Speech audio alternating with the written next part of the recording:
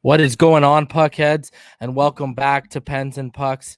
As always, I'm your co-host, Jordan, and I'm joined by, as always, by my other co-host, Nick. How you doing tonight, Nick? Good, bud. You? I'm all right, brother. A little drained, bro. A little drained. Long day. I got Dry those, mouth. bro. I got those computer eyes where they feel like they're buzzing on you right now. Yeah. I think the Flyers goaltender's eyes are like that tonight. Was that hard in net for that? Elliott started, and then Heart Attack came in for relief. How much each? I got to check that, but I think it was 4 for Elliott. I'm not sure, 4 or 5. And then Hart came in and decided he's going to top him by one extra. Yeah, he closed it off. Give him the half dozen special or whatever. The Baker half Baker's dozen. Yeah, Baker's dozen. A double would go with that. You know what? The Penguins didn't play tonight, but it's still a great night for hockey. When the Flyers lose 9-0, it's like winning the Stanley Cup. Bro, I gotta plug them. There's actually a Twitter, and it's like since the Flyers last cup, that's what they're called, and they literally every day tweet out how many days it's been since the Flyers won their last cup, bro. Yeah, I think Mark Madden reminds them every day. He's got the countdown on. There's also a Leafs one, since the Leafs last cup. Yeah. That's hilarious. And there's been many parades for the Leafs too here in in Toronto as well. Buddy, they have parades in the off season, bro. They signed Tavares. They were throwing a parade and throwing the picture of Tavares up in the PJs everywhere. And how'd that one work out so far? Yeah, they go for the PJs. Gotta love it, bro. Yeah. So obviously this week had a really good start that was then met by quite the tumultuous start. So let's start with game one between the Penguins and the Bruins from Monday night. Obviously they were clicking on all cylinders. The stars showed up. Malkin and Kasparin continued to look good. Sorry, Kapanen. Sorry. Wow, where am I? I blended his first and his last name. Okay. Kasparin, bro. We'll get a T-shirt made. That's a new thing, right? Bro, what do you call that, bro? That's all I gotta say right now. Too much football talk. Right? Yeah. Well, there's not very many Russians, so I can't give myself the pass for that one. Or Europeans for that fact. Maybe in the lingerie league. We don't know, right? There you go. So obviously we won 4-1 on Monday night. We always talk about possession and shots. They were vastly outshot. Jari stood on his head 43-26. And then in the faceoff circle, we lost big time, 57% to 43%. Both teams were both 1-for-4 on special teams. We were out hit. You know what I mean? The Bruins are putting their bodies in front of pucks more than us. Yeah. We tied them at giveaways 7 each. But, it was a night where, even though we only got 26 shots, some of our stars made the most of it, Nick. Right. And we talked about this, on Sunday, I believe, about throughout the metrics, throughout the stats with the Penguins, over the last 3 or 4 games. And again, Monday was another game where, it was 43-26 the shots. Again, face-off percentage, we were 57-43. We talked about the stats on Sunday as well with Boston in terms of face-off percentage or whatnot. It was good to see the Penguins get a power play goal, which was positive to go 1-for-4 because Boston has a really good penalty kill. Hits, not too bad, over 25. Like you said, blocks 15-11. Giveaways were even at 7-7. I think overall, like you said, the Stars took advantage of, number one, what I think was a leaky Halak on Monday night. He let in a couple questionable goals. The Rodriguez goal from the half wall there at the top of the circle squeaked by him and actually caught him in the 6 hole. And then you look at Sid's goal from the goal line, the clapper. It was a nice shot, definitely a nice one-timer, but any other night, I think Halak has that shot. So a couple bounces our way. We need them. Again, you got to be lucky to be good to be lucky. So definitely, like you said, the Stars took advantage of their opportunities, and we got that 4-1 win. And, he's never been solid in the faceoff circle, but is it a concern that Malkin's going out there and giving you about 20% a night in the circle? Right, and you also saw that big time. And again, if you look at the lineup right now, even Sid's struggling a little bit at the face-off dot. So who's your guy? At times they tried Rodriguez taking the face-offs in the defensive zone with Malkin going to the wing, Mm-hmm. right? And definitely that's going to be a big issue going forward. In big games, big games coming up to get into the playoffs. If we do make the playoffs, who's going to be the guy that makes those or takes those critical face-offs in our zone? We talked about it before. Matt Cullen was big at that. Sid, again, it seems he's a little off too the last Yeah, week. he's up and down. Like one night he'll put up above 55%. The next night he's like in the low 40s. You know what I mean? For sure. Yeah. So I agree. Yeah. So, I think, again, we took advantage of a couple lucky bounces. But what about Jari's performance, brother? Yeah, that's one of my notes today is, basically Jari, again, another phenomenal game. I think without him in net, DeSmith has been playing well, but Jari stole that game for us because the number of prime time opportunities Boston had, the power play went 1 for 4. He made some big saves towards the end of the game there, last minute left, a couple big saves on the power play. That really helped our PK towards the end of the game, which would have made it closer, more of a 3-2 game. And again, I really hate those 3-1 leads, and it came very close to being 3-2, and who knows what happens after that. Yeah, and okay, so we go towards game 2. Yeah. Tuesday night. We outshoot them 35-33. Again, they beat us in the face-off circle, 58% to 42%. They managed to convert one of their I was just thinking about you saying us not making the playoffs, brother. They convert. Yeah, I know. Hey, you're in my head, bro. They convert one of their power plays. We don't. They out hit us a small margin. We get our body in front of pucks more, but we give up more. We have more giveaways now. Crosby on night 1 was about 56% in the faceoff circle. Night 2, he was 58%. Malkin jumped from 20% to 50%. But a guy like Jankowski, he goes from 40% all the way down to 20%. Evan Rodriguez has been a disaster in the faceoff circle. Yeah. So we don't win the possession game. We're not strong in the possession game, but this is a much more interesting game than night 1 was. And I have to confess, I wasn't around for it because it was my wife's birthday. So you got to lead the way on this one a little bit. Now, I did see the Tanev hit, right? I did see that. I ended up going back and I saw I watched, I went back and watched some of it. You know what I mean? Sure. So I saw what happened to Malkin. Lead the way on this one. What were your thoughts on the Tuesday night 2-1 loss to the Boston Bruins? And then we'll get into the Tanev hit and the Malkin stuff. Yeah. So I definitely think, it was a totally, completely game from game 1. And, DeSmith came in the net and he played well. A lot of ups and downs in that game, with the injury and the hit.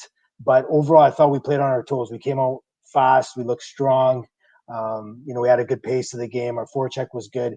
What you'll notice a lot if you look at the actual game center stats is that, if you look at Rodriguez, Sevier, not Rodriguez, he's playing second line, but those fourth line guys, third line guys, their minutes were huge. Also before the game, right before puck drop, Blueger was scratched. And that was a huge, huge blow to the team because, again, that line's been playing well. He's our third line center. And then you have Gino that goes down. Who gets bumped up to that second line center? You're scrambling. That was huge. But again, you look at the giveaways for the game, and I really think this has to do with, the number of minutes some of the guys are playing, some of the guys that are not used to that minutes. Those are mental mistakes that happen. If you're used to playing 5 to 7 minutes a game, Evan Rodriguez is playing 17 minutes. You know what I mean? Right. You also have Colton Seaver playing 13-21. That is absolutely crazy. He averages anywhere between 3 to 5 minutes a game. Yeah. Right. So he's playing top 6 minutes there, top 3 minutes. Mental mistakes. Guys are not used to that. Legs are done. Right. Jank is playing 15 minutes. Yeah, and most of the time, you get into that fatigue factor, and it's not really the hands or the legs that go on you. It's the mindset. you start making mental mistakes out there, and you try to push the fact, and you know what, passes become sloppy, they get intercepted. But overall, I know that you didn't watch the game, but it was an exciting game. I thought the Penguins, even though they were short a number of guys up front, I thought the D played well.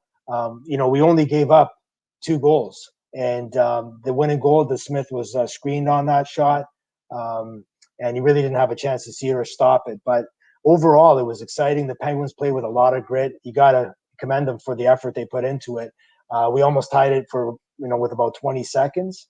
But if you look at the overall stats again, the big difference in the game for me was the Penguins going 0 for 4 on the power play. Huge. We had opportunities, and it's going to be a highlight of the year. Highlight of the year with Colton Sevier missing that empty net.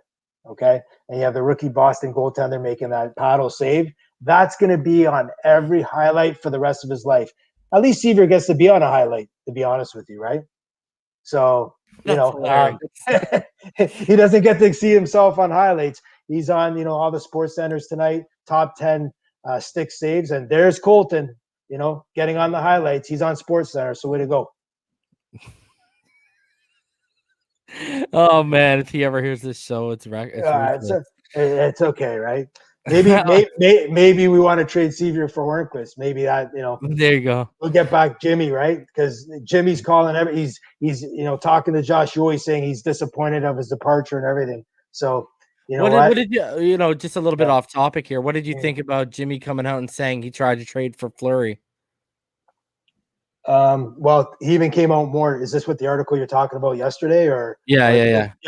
Well, again, I know that he was definitely, in the beginning of the year. I think he tried to get him in the off season, but that's what he said. Yeah. Yeah, but in the beginning of the year, both the Smith looked good, Jari looked shaky, but I don't think really goaltending is the issue with this team. Do I think he probably was going to go all in? You know how Rutherford was.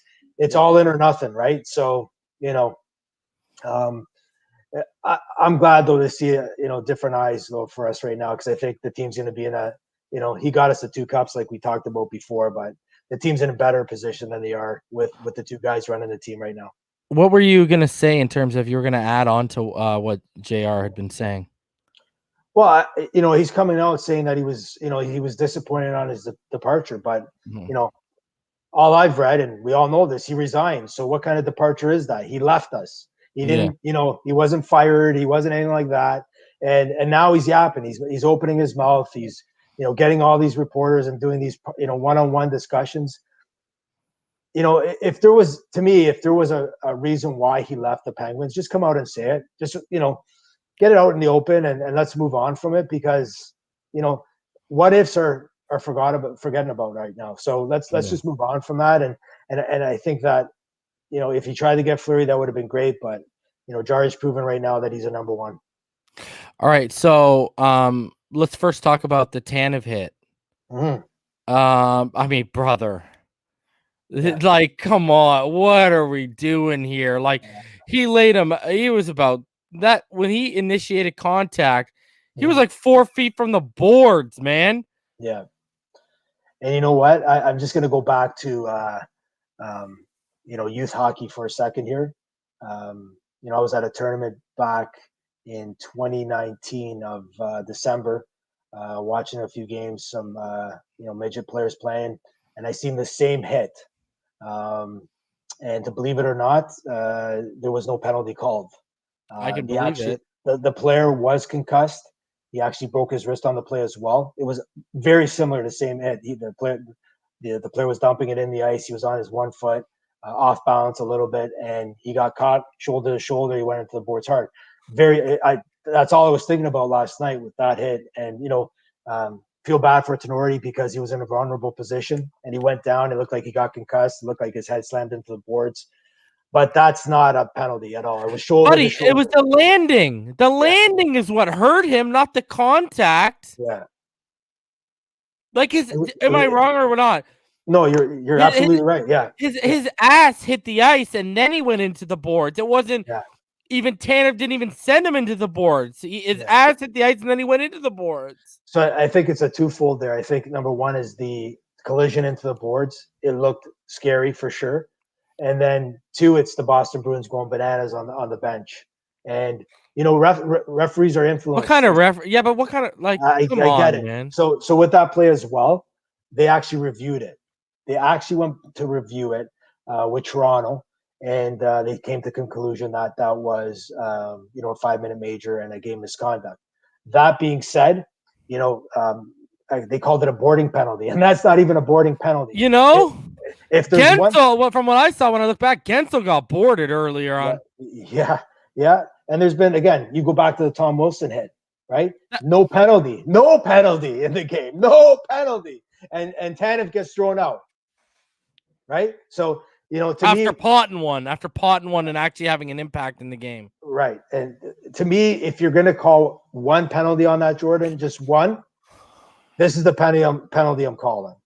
And not even 2 minutes for charging, because he was moving his feet. There was a little bit of a run there, but if you're going to call anything, it's a 2-minute charging penalty. But you're not getting thrown out. But again, the refs are influenced by teams and coaches now. The difference between now and, let's say, pre-COVID, when we had fans in the stands, with all the noise, all the commotion going on, right now all the refs are hearing everything that the players are saying, everything that the coaches are saying very clearly. And the Bruins bench erupted once that hit happened. They influenced that call, just like how fans influence the call when fans are in the stands, right? Boo, whatever, whatnot. Referees are very, very easy to read. If a team gets 3 penalties in a row, you're going to get the power play next. The NHL is like that. And again, Sidney said last night in his post-game press conference, he wants some clarity as to what a clean hit is. Mm-hmm. And because if you look at the 2, there was a suspension last night against Saucy from Minnesota. He got a 1-game suspension, not even close to what Tanev did. Wilson doesn't get called. So that's a bunch of BS. That really changed the game because, Malkin got hit, and we'll get into that. But that really changed the game because Tanev was playing well. Yeah. So let's give him the updates on Malkin and Blueger right now on Teddy. Yeah. So to everyone's surprise, Blueger was scratched prior to the game, and supposedly he's out with a long-term upper body injury, which is, you watched the game Monday. I watched the game Monday. It didn't seem like Teddy missed any time there. That's why when you posted that Lafferty was in, I just thought it was a scratch. Yeah. I thought maybe it was a COVID protocol. I thought maybe he had maybe tested and they had to take him out of the lineup. If you look at Blueger's ice time on the Monday, he had 14:39 of ice time, and so he played his minutes. Right? So not sure what happened there. And again, they had the morning skate yesterday before the game. Morning skates are nothing but just to skate around, get some puck touches, get some shots, loosen up for the game. So I can't imagine anything happened, in the morning skate. In regards to Malkin, sorry, go ahead. Yep. No, go ahead. I was going to say in regard. I was literally going to say in regards to Gino. So go ahead. Yeah. So with Gino, I'm sure you saw the hit too as well, and it was Tenori that took out. And I noticed Malkin. What you said. It didn't look bad, but when he wasn't getting up, it was like, okay, something's clearly wrong. Right. So there's one thing. I've been looking at that clip, majority of the morning, and I did notice that Gino fell on his left leg awkwardly when he came down hard on it. So I think that might be the problem. It could be a left lower body injury. Do you think it's a sprain, or do you think he tore something? I don't think he tore something. I don't think it's a sprain. He did come back for the 1 power play, and then he left the game after that. And then we really, again, Tanev left after, Malkin did halfway through the game, and that really shortened the bench. But in regards to Malkin, there was no updates from the Penguins today. It was their off day. They didn't skate. With all the Pittsburgh media outlets, I've been listening to them all day, checking up on it. Nobody has any updates. DK was on Madden tonight, and he didn't have an update as well. But I believe the Penguins will update the media tomorrow, with game day being in New Jersey. What do you think is going to be, a day by day, or do you think it's going to be a couple weeks? Or short term? Is it going to be day to day or a short term? I think you might see a short term here, but maybe even a day-to-day. I think, Jordan, if it's any type of knee sprain or any type of MCL, anything like that, he doesn't come back in the game for that power play. We all know as Penguin fans too that there's a little bit of Gino sometimes. If you remember the soft. the 1,000 game by Sid, he got hurt and then he came back, and the reason was because it was Sid's 1,000 game and he wanted to win it with him. But this year maybe he just felt something wasn't right. Take the night off. I believe it was 1-1 at the time. Why do you gotta put it that way, bro? Well, take the night off. You know what sucks? I'm not really saying that, but I know what you're saying. Yeah. I was just, you know what sucks, bro? Me and you were raving about him and Kapanen coming on. He started finding his game after we were ripping him for a little bit, and then something like this happens, bro. It's just his luck and our luck. Yeah, it's pretty disheartening as a Penguins fan, and for all the Penguins fans, that we started seeing Gino Trent starting to be that the player that he can be. I posted today, some stats on our Instagram accounts. Gino's first 14 games, he had 7 points. Ozone possession, 9 minutes and 39 seconds.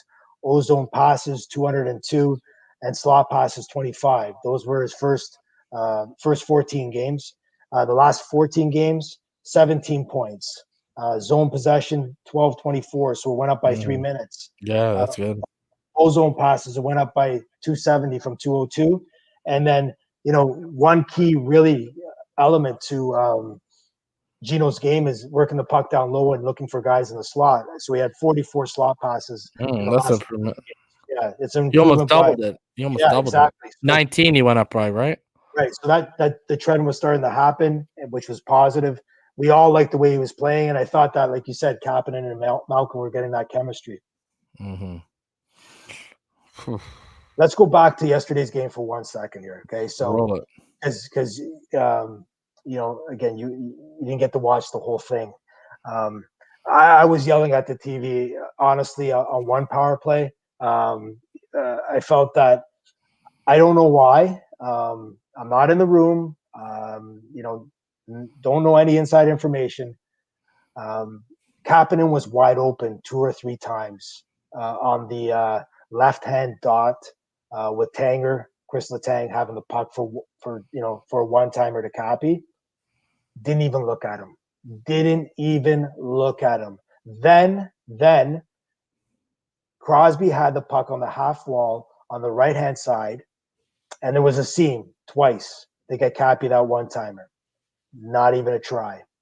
So I'm not sure what's going on here. Let's watch tomorrow. And for Penguin fans out there, I'm not saying that, maybe there's a hate on for Cappy in the room. I'm not saying that. I don't want to start anything with that. But I'll say one thing. I've been definitely noticing some trends here where, Kapanen's on the fly through the neutral zone with speed, and Tanger's not giving him the puck. He's holding on to it. He's looking for other outlets. So, I'm not sure if because he's the new guy or maybe they don't like the guy. Again, I'm not starting any rumors or anything like that, but take a look at tomorrow night, Penguin fans, and see if you're seeing what I'm seeing.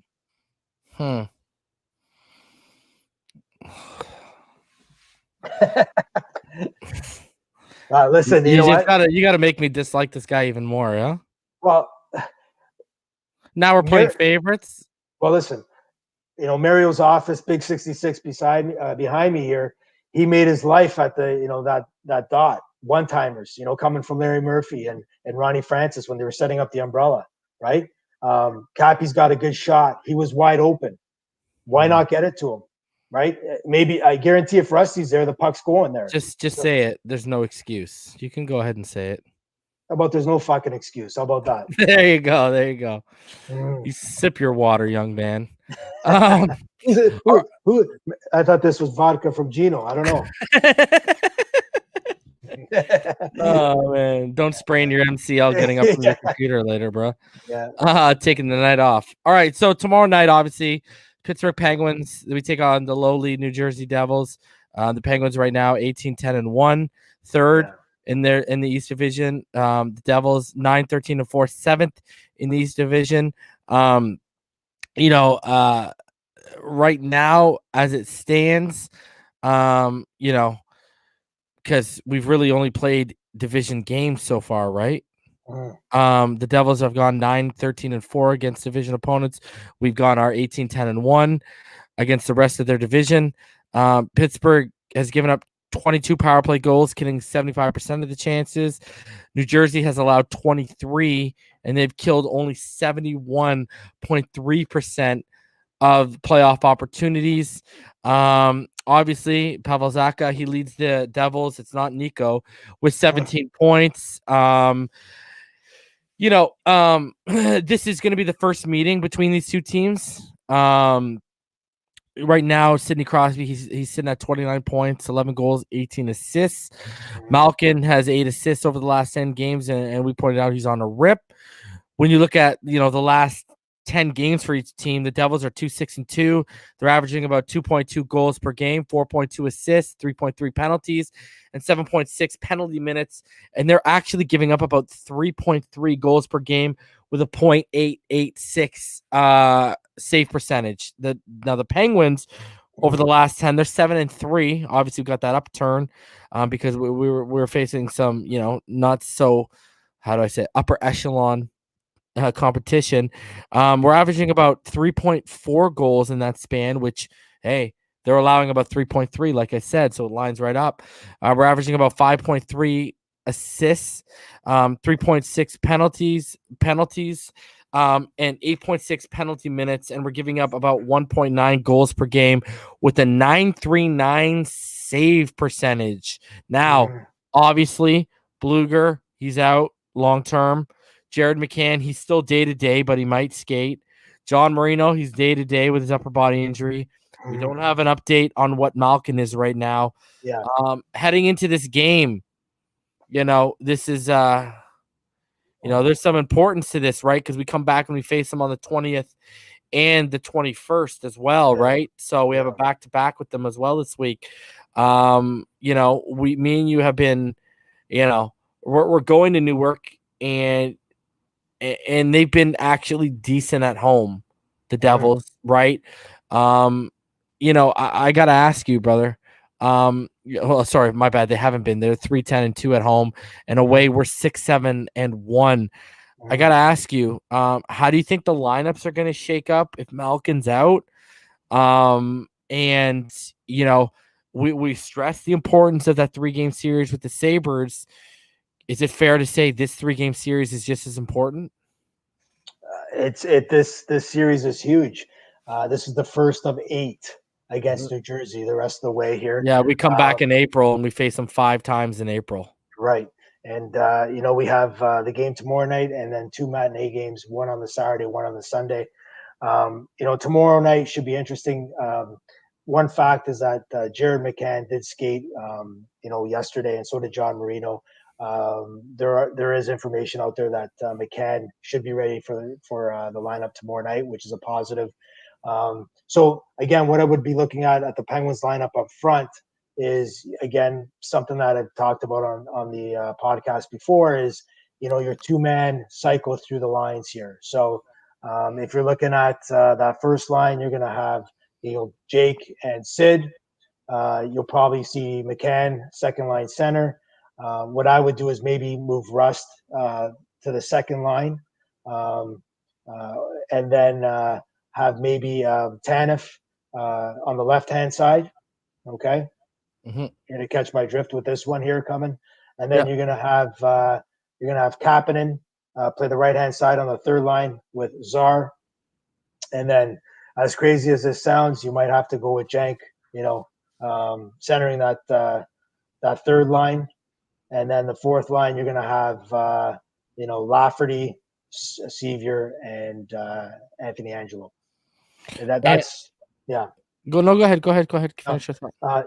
In terms of Rodriguez is in there too as well. So you might see a switch with, maybe Lafferty. I would think Lafferty's out of the lineup and Rodriguez stays in because he's been playing well.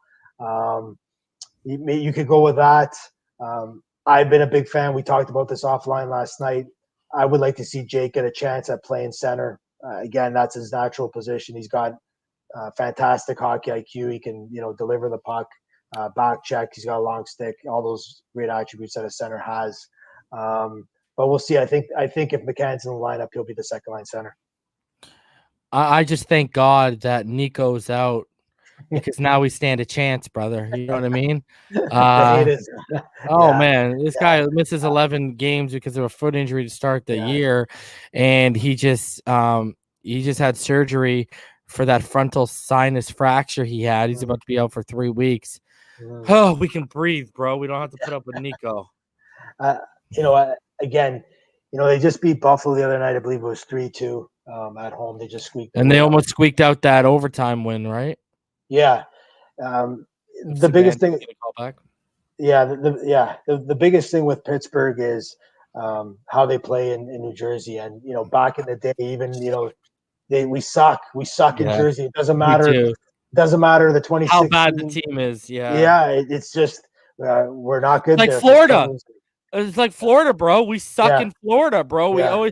We never got over the Rats. Yeah, it's true, right? So, that's one big concern for me. And then again, the lineup. What does that lineup look like? There's going to be guys playing more minutes than usual, like they did last night. But the one thing is, and again, both goalies are playing pretty solid for New Jersey, but our goaltending is as well. I expect Jarry to be in the net tomorrow night. He'll probably play 2 out of the 3 games. Is it a must-win tomorrow night? No, but you have to take 2 out of the 3. I was going to say it's a must-win to take 2 out of 3. It's a must to take 2 out of 3. Yeah. In terms of taking that. So definitely the interesting part, tomorrow morning, it's I just can't wait to hear what's up with Malkin and see where we go from there, because that's going to be, before we get into the next topic here, this is going to be huge for the Penguins, where they how the lineups shake out too, right? For trade deadline, huge. Like this could be a changing experience for this team if Malkin is out long term. There's going to have to be a trade to be made if you want any type of chance making these playoffs and contending at all. Hey, what do you call those stand-up little scooter things with just the wheels on them? Segway. All right. Now, when we get into the trade deadline right now, we'll get into this, and then we'll get into the power rankings after. Yeah. So, Taylor Hall, there's a lot of word around him, and obviously the Buffalo Sabres, they made a coaching change. There's the possibility apparently out there of Taylor Hall reunion in Edmonton right now. Yeah. Johnny Gaudreau. Is that what Edmonton really needs, though? He's preaching to the choir. Yeah. They need a goalie. Yeah. Okay, and then there's a lot of talk of Johnny Gaudreau to the Toronto Maple Leafs and Darcy Kuemper to the Colorado Avalanche. What if Jonathan Quick is moved too? So there's a lot of names on the board, but specifically with the Penguins. Yeah. Dan Kingerski of Pittsburgh Hockey Now. Yeah. He put it out today that Ron Hextall must assess this quickly, along with Brian Burke, in terms of establishing trade deadline pieces and prices. Trade chips feel limited for Pittsburgh currently. Dangling an early 2022 draft pick, whether it be a second or third round pick, is plausible. A third rounder can get a bottom 6 winger or depth. Rico Luck could be dangled, but what's he really worth? Zucker, who you mentioned, what's he really worth? And what if he gets placed on the long-term IR? Cody Ceci, your boy, has become so valuable that they're not going to probably move off of him. So you gotta keep in mind too. Any move Pittsburgh has to involve dollars in for dollars out. So where are you standing with what might happen around the league, and specifically what might happen with Pittsburgh? Well, with Pittsburgh, again, like I said, it all depends on what happens with Malkin tomorrow.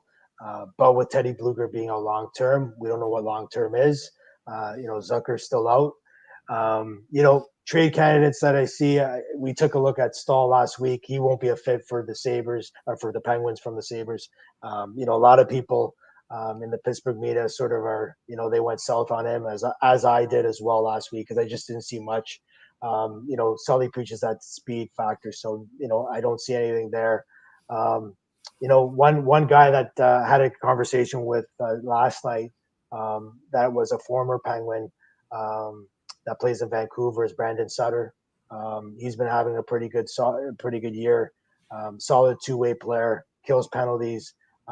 He's actually having a pretty good season this year. He's looking good. I've watched a number of Canucks games. Would I entertain him? Maybe. For that center role. Everybody. The famous name for Penguin fans is Eric Halla. We've talked about him in ever since JR was there. He's been on that radar for the Penguins. Cody Eakin, we talked about him on our trade show or episode a few weeks back. And then you just mentioned the guy at first. I have him on my top of my list. Is Taylor Hall. He's at the top of my list right now.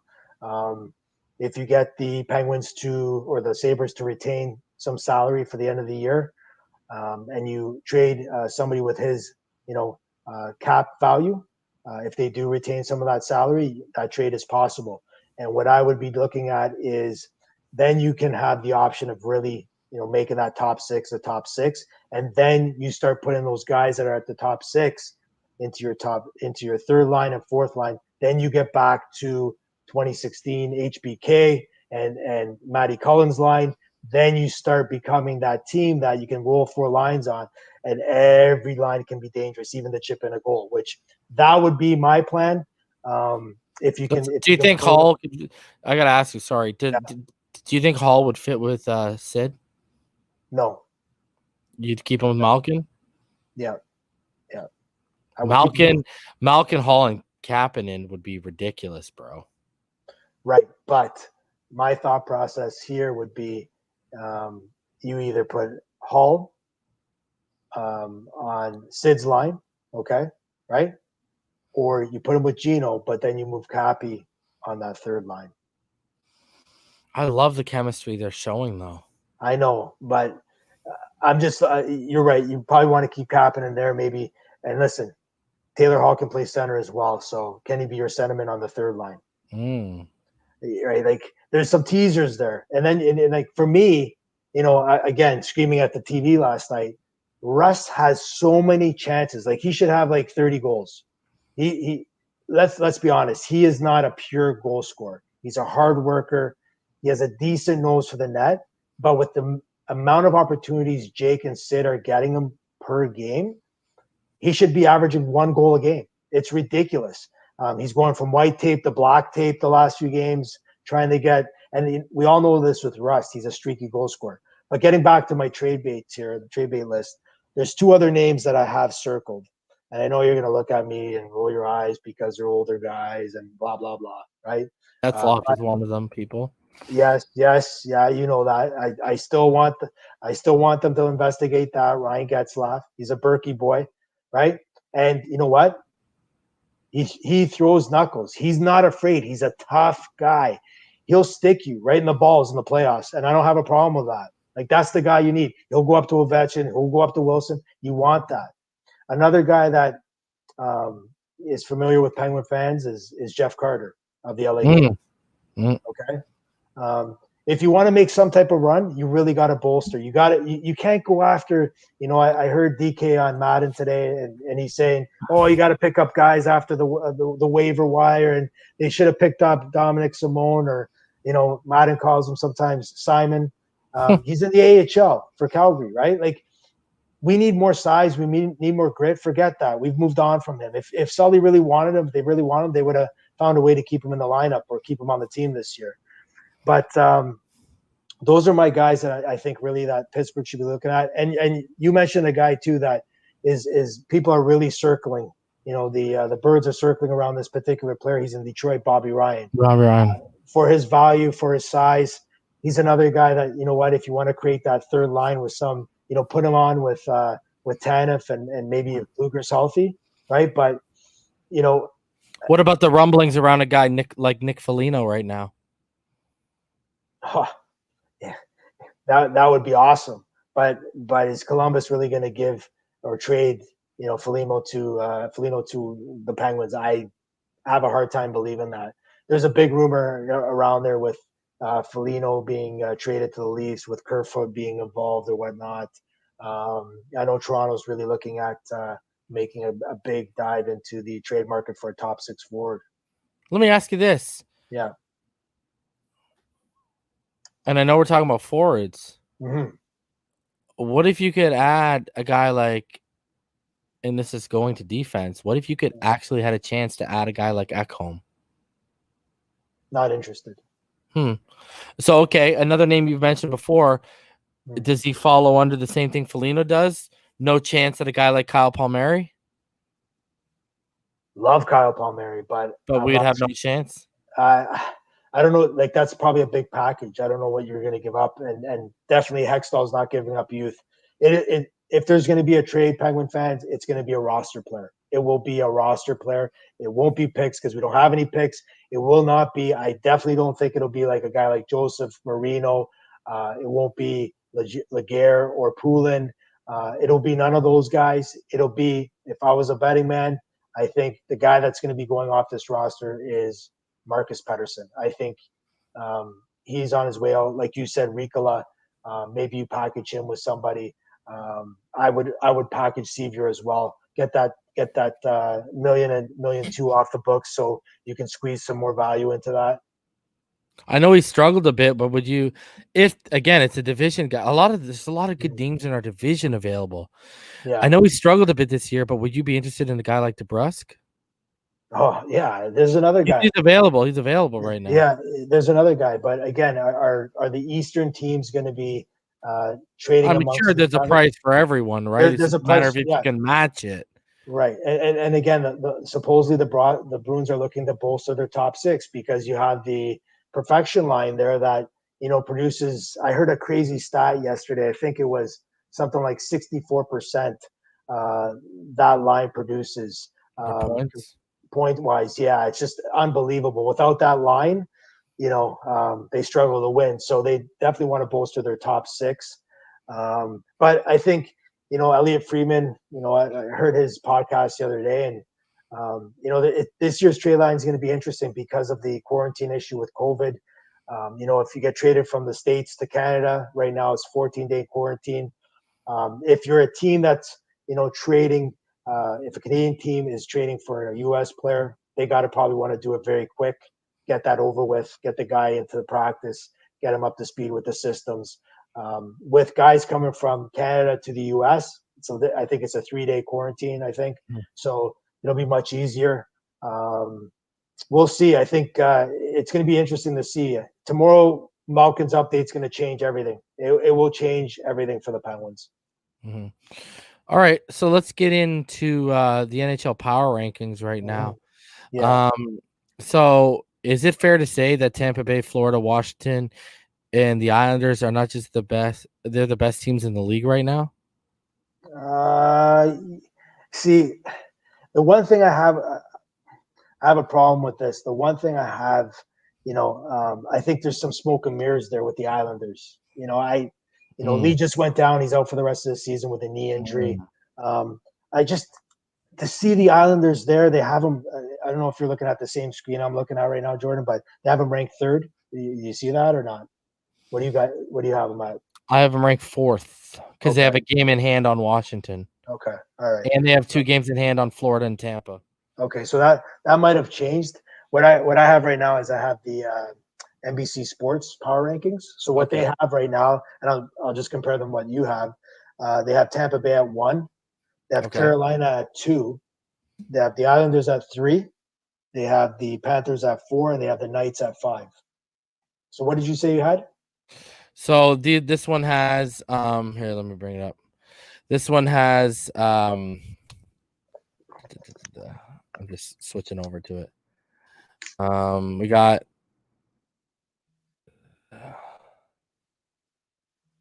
the Panthers at 1, the Hurricanes at 2, Tampa at 3, the Knights at 4, the Islanders at 5, the Capitals at 6, the Wild at 7, the Penguins at 8, the Leafs at 9, and the Avalanche at 10. So really, like even the Panthers, I know they're playing fantastic, and I think it was Bobrovsky that said the other day that Barkov's the best player in the world. I don't know about that. I don't know about that. They're like, again, Florida's playing really well. I do see them, that division is, and Huberdeau's played really well too this year, right? And I've always loved Huberdeau. I think he doesn't get enough call-outs because Florida doesn't get a lot of call-outs, period, because again their attendance with fans or whatnot, and they've been missing the playoffs for so many years. But I've been a big fan. I like Ekblad. I like Huberdeau. I like Barkov. I like a lot of their players. They got this Drager guy in that now, and so they're an upcoming team. That Central Division, which I thought was going to be like pretty ass, to be honest with you, because if you look at, I thought Chicago was going to be bad. It's Nashville. I didn't think they were going to be 7th, but you look at Tampa. So if you look at that power ranking that I have as well, is 3 out of the teams in the top 5 are from that division, which is crazy. Who would have ever thought that? Yeah, so do I. Right, the top 3 from here are the Panthers, the Hurricanes, and Tampa.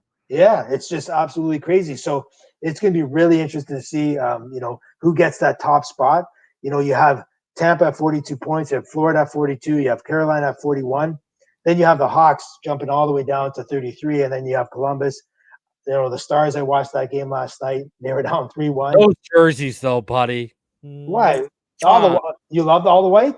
All the white, buddy. Oh. And, those, because I like the original ones that were from the late 90s, the one when Madonna was there. Right. Those are the original. Remember, they just had the black with the green, and then the reverse, the green with the black. And brother, those Anaheim Ducks jerseys. Bro. You love them too? Right? Oh my God. The mighty Duck goalie jumping. I love that, bro. Right. Coach Bombay behind the bench. Right? Boy, bro. So let me get back to those Dallas jerseys. So when I was watching them last night, the only thing that I was missing, and I was going to call you because I was like, Jordan's got to send them to Jamie Benn. Like the white Fedorovs. Imagine that look, man. Like you're looking like you're going to Mars like an astronaut. Like you're full decked out in white, right? What is that, man? Right? Where's the what do you call where's the tandem? Oh, he's right here, man. He's just on my shoulder. Look at what do you call that? What do you call that? He was doing that all last night, man. On that call, he was freaking out on the bench, right? Right, I thought he saw a ghost. That's specter, bro. Yeah. So no, those jerseys were sweet. I like a lot of the third jerseys this year, retro jerseys. I love the Colorado retro, the Nordiques, but with the burgundy instead of the baby blue. Fantastic. Right. My favorite so far, again, I love the whites from Dallas, but I love the Wilds. I haven't actually seen them yet. No, it's old school Minnesota North Stars. I'm gonna love these then. Yeah, with the Wild logo though in the front.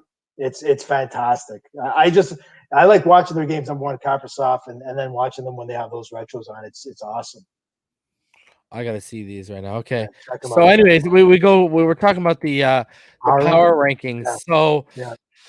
So, the thing is, we've talked about it. You go to the East, my friend, and there's much more parity with all these teams. Oh, those are real sharp. You weren't lying. There's a lot of parity, in terms of, even down to the 5th team here. Yeah. It's kind of top heavy, over in the North. It's kind of top heavy in all these other divisions, is it not? Yeah, it is. It's definitely top heavy, and you have if you look at the Central, you look at the East, 42 points, right? You look at Toronto, which has been struggling.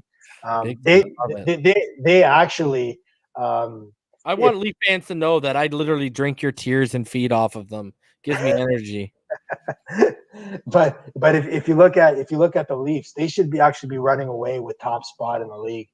They just, buddy. Did you know Austin Matthew Matthews, he entered the week on pace for 64 goals in a full NHL season. Like, that's ridiculous. Right. It's but again, I think, with the wrist injury, we talked about it before, could that hamper his goal production, and they've been stumbling to score goals too. So, the Leafs have 40 points, and if they weren't on this little bit of a downtrend, they'd probably be up at 49, 50 points, and they'd be probably top number one in the power rankings. You look at Vegas, again, 39. So that's right now. That is the lowest division for top spot at 39 points for power rankings. And you have Minnesota, which is having a surprise year. Dean Evison behind the bench. Your Billy team, G, baby. Your team, yeah, sleeper team. my sleeper team, Billy G at the helm, right? Yeah. It's 37 points. Colorado's starting to pick up the pace. Don't get started on Billy G, huh? Because I wanted him to replace JR, and I was pissed when that didn't go down, bro. We lost a lot of good executives. You got Fitzgerald, you got Billy G, you got a lot of guys that come through the Pittsburgh organization that are at other places right now doing some really good work. So yeah, power rankings. Who do you see? Let me ask you, Jordan. Who do you see take top spot in the league?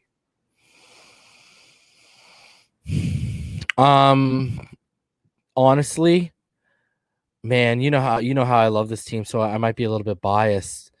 I gotta say it's between I still don't know if Florida's gonna be for real once the playoff hits. I really don't. Honestly, it's gotta be Tampa or Carolina for me. Okay. I really believe in Carolina, man. I really believe they could surprise everyone and take a run. And you already know how I feel about Aho. Yeah. So, you know what I mean? And, I know they lost Trocheck, but when he comes back, you know what I mean? I really like that team, and what do they got? They got, what's today? They got Columbus this week, right? So they could easily stack up on top. I just don't, I got to put Tampa at number 1, and I got to put Carolina at number 2, and Tampa at 1 because defending Stanley Cup champs, and at times this season you've sat back and you've watched them and you've been like, oh, they're going to repeat. And they took a little bit to get their legs under them, but once they started getting under them, I don't buy in on the Panthers yet, man. Now, I agree with you. I love Ekblad. I really like Huberdeau. I think Barkov's a stud. I think they have a lot of pieces in place, but I just, for example, okay, in that division, Tampa comes off winning the Stanley Cup. They've always, the year before that, they had that crazy record point setting season, right? You know what I mean? And then look at Carolina. They've been underdogs that have upset some pretty big teams in the playoffs recently. Florida hasn't done any of those things I laid out. And you look at their core with the Barkov, the Huberdeau, and Ekblad. There's not a lot of playoff experience with their top guys, if any at all. So, and as you know, in any sport, not just hockey, the playoffs is a different beast than the regular season, my friend. Yeah. So, I think what you're going to see, though, and like again, Florida will get in for sure. I think they're going to stay in. It's going to be 2 or 3. They might win the division, but I think that Tampa Bay most likely will win it, and then it'll be a flip flop between Carolina and Florida. Carolina has playoff experience. They have a few cup winners on their team. Florida doesn't have a lot of playoff experience, and the ones they do have playoff experience, not a lot of success. But again, like I said, the other offline with you is Kucherov. Like that's the biggest trade you could get as a team. You're getting a stud back for nothing. And the way Stammer's playing, Stamkos, he's playing like one of his best hockey, if not in a long time, right? So look out for that team. Can I ask you? Yeah. Does it bug you that?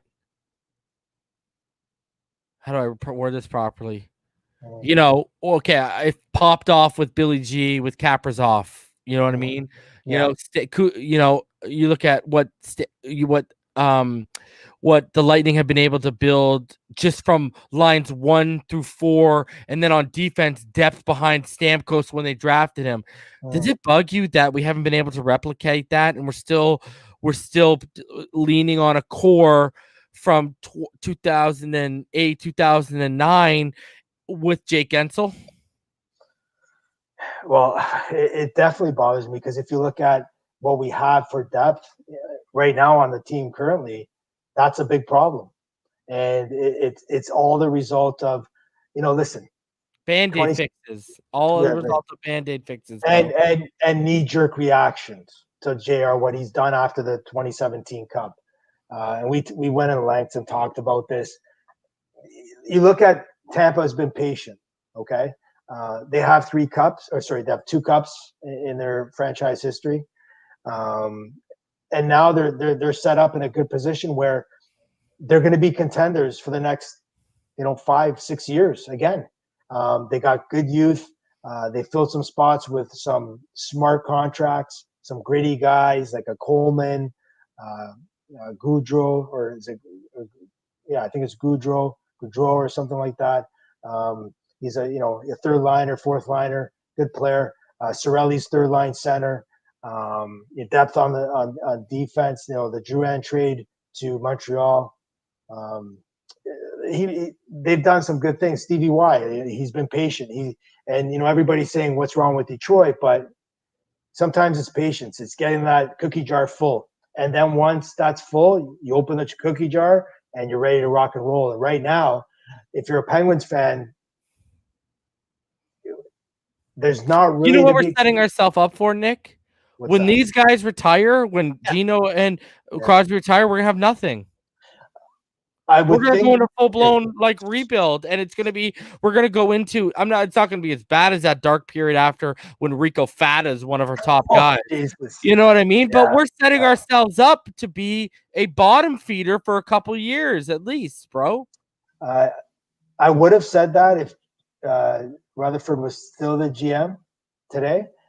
I'm more positive with Hextall behind the wheel because I don't think he's going to give up youth right now, and I do think that there'll be some interesting decisions to make in the summer if he wants to restock that cookie jar, meaning using one of them. Yeah.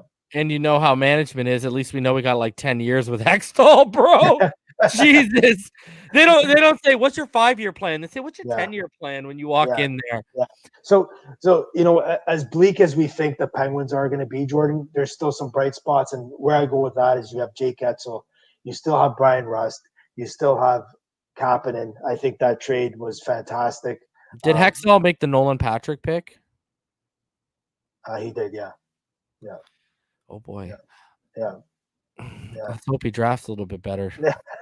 Well, come on. We talked about his draft picks before. He has a good track record with the Flyers, right? I'm just teasing, bro. Yeah. But you look at Rust, Getzel, Marino, Joseph on the back end. You have a young goalie in Tristan Jarry. There are some pieces there. Dumo's still young. Dumo's 30. And again, Dumo, I had Dumo as a trade piece. He's 30 now? Yeah, I had Dumo as a trade piece, right? But now the way he's come back and he's played, he's played solid, buddy. He's looked way better than him and Ceci are your top guy. Yeah, man. Yeah, right. Listen, Cody, Ceci, telling you, for all your Norris trophies, ballots out there, get Cody on them. Let's go. We got to push. We got to do something about that, Jordan. Push number 4, right? Bobby Ceci. He's our man. Look at our post today. Did you see his stats? Yeah. Fantastic. +7. Right? Buddy, I could just see the smile on your face as you were posting that, bro. I love the Cody. I love the Cody. I love the Cody. Right? No, I just want to see him open up a Cici's Pizza. I don't know if you've ever heard of it. Cici's Pizza in the U.S. No, it's a big chain, but it's spelled C-I-C-I. Okay. Cici's Pizza. Yeah. I just want him. Why not, bro? Right, we can open up something up here. CC, right? Bobby Cici's, right? I'm in. We're gonna compete with $4 pizzas. Buddy. Hey, $4 pizzas, right? $4 pizzas. All right, buddy. You want to get some Yeah. final thoughts in before we get out of here? Sure. So again, this week, tomorrow morning, $4 pizzas, bro. You kill me. come Bro. on, Four toppings. $4, right? Okay. Oh my God, you kill me. So, final thoughts. Final thoughts. Again, tomorrow morning is huge for the Penguins. It's going to be make or break. If Malkin's, even if it's day to day, short term, we're okay. If it's something long term, then Hextall's got to get on the phone lines and start making some inquiries on some players, because the depth chart isn't deep for us, and we'll be in a little bit of trouble for sure with Blueger being out. If Blueger was not out, you slide him in at number 2 for a little while, and you can make that. The only thing that I would say is that now it sort of puts us in a bad position, because teams might want to soak us because they know that we're trouble down the center position. So not the best thing to be in. 2 out of 3 this week against the Devils. Need to do that. I do have one stat here for Penguin fans, is that in all time here against the Devils. This is head to head. 36 wins and 33 losses the Devils have against the Penguins. So Pittsburgh's won 33 times and New Jersey's won 36 all time. So interesting series. We need all the guys, even the third and fourth liners, to grind it out and produce. Need Rusty to score some goals. And Sid's got to play at the top of the game, and we got to cash in on our power play. Mm-hmm. All right, guys. We're gonna be back Thursday night, right? I guess tomorrow night. Is tomorrow night Thursday? It's tomorrow night Thursday. Yeah. Are we gonna be back tomorrow night? We'll be or Saturday. One of the two. One of the two. One of the two. We'll be back. We have a business proposal tomorrow to go to the bank for CC's Pizza. So if you're interested, right, follow Pens and Pucks and get a piece of that. Yeah. And guys, you can follow us on Instagram, Pens and Pucks. Just search it up. Nick's doing a great job over there, so make sure you check it out. Like breaking news before a lot of the other Instagram Penguins centric pages drop it. It's already being dropped on Pens and Pucks. So guys, until next time, I hope everyone stays blessed and have a good night, Puckheads.